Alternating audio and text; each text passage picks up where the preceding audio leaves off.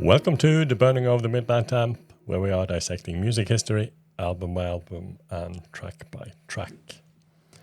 And the track we are looking into today is the third track on Sparks' album, or Sparks' debut album, their self-titled album.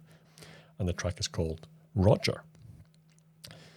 This track was written by Russell Mile, and it's the first major composition that he wrote. He's the vocalist in the band. And the two previous tracks that we've already heard was written by his brother, Ron. And I haven't heard this album before, so this is the first time reaction to Sparks. And Ron? I will be surprised in case I've heard this one before. Might have heard it. Yeah. So Chris, you haven't heard it. And well, the two first songs were up-tempo, joyful. Here you might need slightly more open mind, maybe. We're heading a little bit into the odd territory on this track. Oh, so now it's the odd territory. That's good to know. But I think I have a fairly open mind. So let's have a listen and see where it takes us. 1, 2, 3, 4.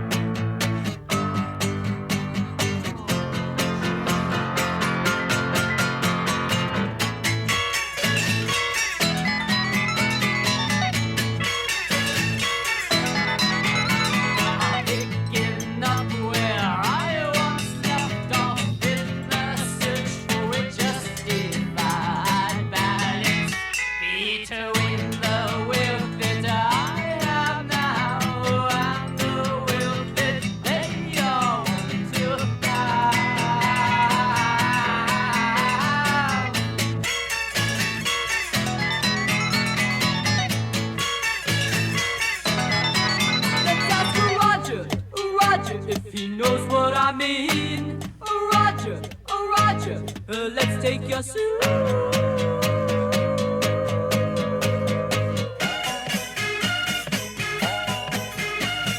How does she do it, Roger? How does she do it, Roger? How?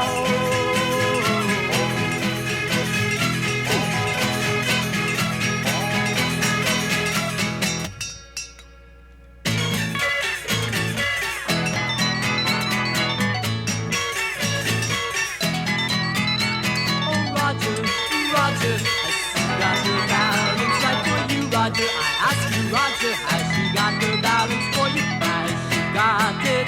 Has she got it? Roger, Roger, Roger, Roger. La la la la la la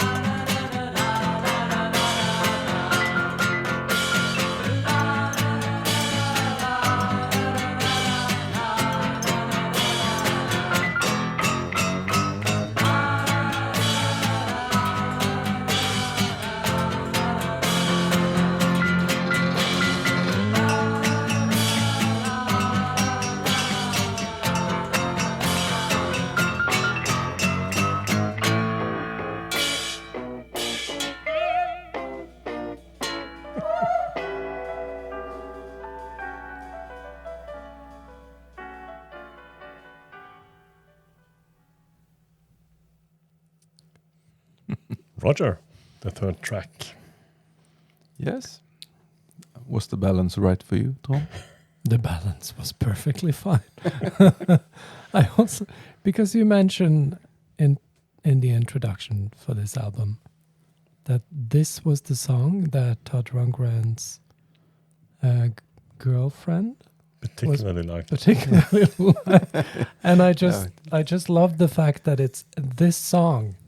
Or the quote is that she was particularly impressed by the song. Yeah, well, it is impressive because I don't really understand how, when you read the lyrics, how you fit that into the singing part.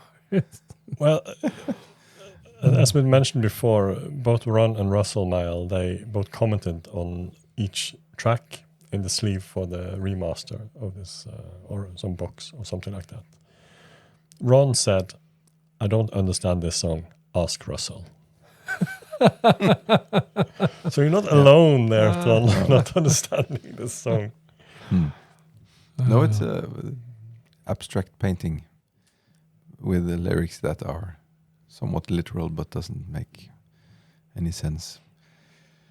Combined, I think this was a great song. I don't think it was weirder than the others. I think the last one was weirder because of the opera singing that somehow just gelled. No, it did not gel with me, but this one, I think, it has this odd percussion cymbal, smashing glass, something that is put into. That's almost what I wrote in my notes. Actually. And you don't think it's weird?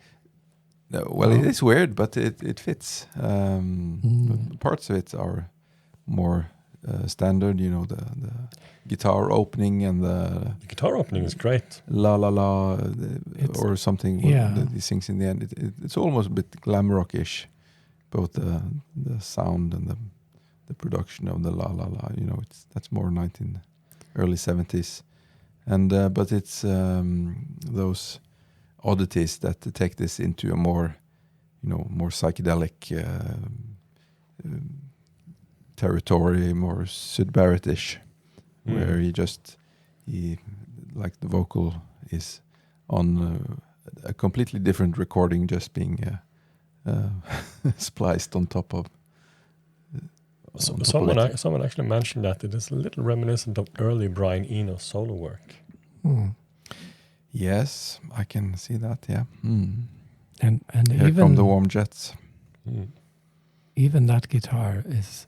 I mean, we're back to 1971. Yeah, It's or when it was even released? before it was released in 1972. But this was one of those tracks that were recorded for this demo album that they recorded on their own tape recorder, basically. And out of 12 songs on those demo records, only 2 songs were retained for this album. Yeah. And this was one of them. And it's actually is the demo recording. They didn't re-record it in the studio, except the vocals, I think, is new. And the reason for that is obviously all the tape manipulations here would be probably nightmarish to recreate when it already sounds as good as it does. So all this cartoonish territory with the sped up guitar, that is made by Earl Mankey, who was studying sound engineer and was the guitarist in this band. So he does a lot of manipulations with that. And also the rhythms, cymbals, glass bottles, as we said, might be some pots and pans in there as well.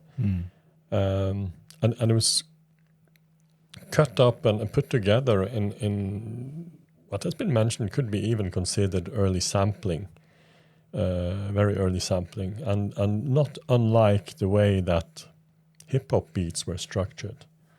Although I wouldn't call this a hip-hop beat, but but the it's methodology. Yeah, and it's almost a bit of what Beck would be famous for doing. Splicing and looping things. And he's in the documentary of Sparks. He's a huge Sparks fan, actually. He was the one who quoted in the documentary saying that if 2 musicians sit and talk to each other, eventually their discussion will lead into Sparks. Thought it was a great quote. So so they brought this over into the studio, and it has only been simply remixed, enhancing the sound, making the sound slightly better, or at least that was the idea. The drummer on this album, Harley Feinstein, he said that he thought the demo version sounded better, including Russell's vocals, which was re-recorded in the studio. But officially, that one has never been released. I have heard the one that was leaked, and it is very similar. And I didn't hear them back to back, so I didn't try to pick up the differences. But I couldn't really hear any major differences, as far as I remember. No. That was an interesting track. I'd like to hear it again. I do as well. When you mentioned Eno early, there's an Eno track it's actually called the Pow Pow Negro Blowtorch, and sounds a bit similar in the So maybe Sparks inspired Eno. maybe. Mm-hmm. So what do you think of the song, Roger? Leave us a comment below and let us know what you think. I don't think we have anything more to add to the song, so we'll leave it at that. Thank you to everyone who was watching us. We'll be back in a couple of days with the 4th track on this album called High C. A great track. So we'll see you later. I see you later. I think we just say goodbye. Goodbye. See you later.